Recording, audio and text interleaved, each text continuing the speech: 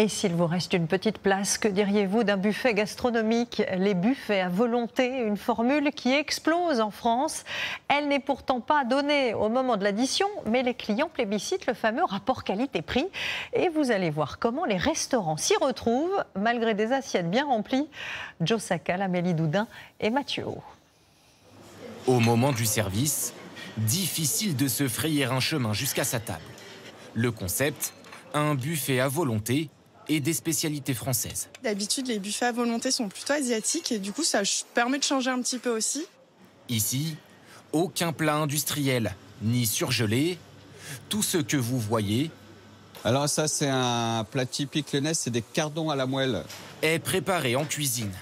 En moyenne, 300 clients mangent ici, chaque jour. Le fait que ce soit à volonté, on peut goûter un peu de tout et on peut tester plein de nouvelles spécialités qu'on n'aurait pas forcément testées.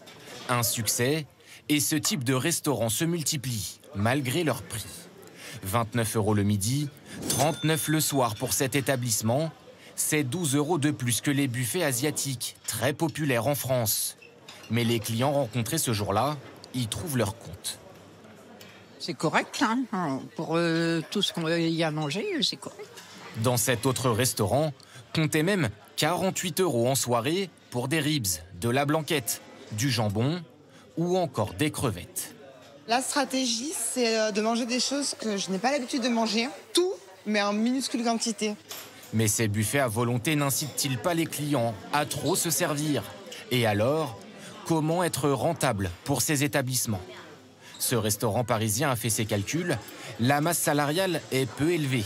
Seulement 2 serveurs en salle pour 70 clients ce midi-là. C'est presque 2 fois moins que dans un restaurant classique. L'autre astuce, ici, il n'y a pas de gaspillage.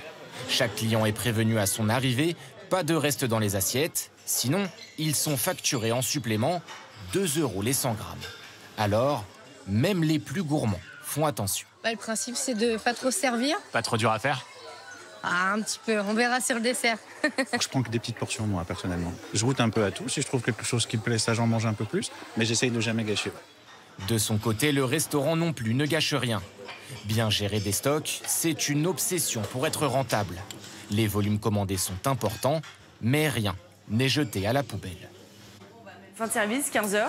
Donc il nous reste pas mal de choses, des moules farcies, de la blanquette de veau, choux farcis aussi, les chines, ribs de coq au vin. Donc du coup, Walid, il fait les barquettes. Tous les restes basculent dans cette boulangerie, à quelques mètres du buffet. Des plats à 15 € l'unité. Ce matin, la vitrine était pleine, que ce soit les entrées et les plats. Et là, ce soir, je pense qu'on n'aura plus rien. Malgré leur prix élevé, ces barquettes se vendent très bien. Une cinquantaine comme celle-ci sont écoulées chaque jour.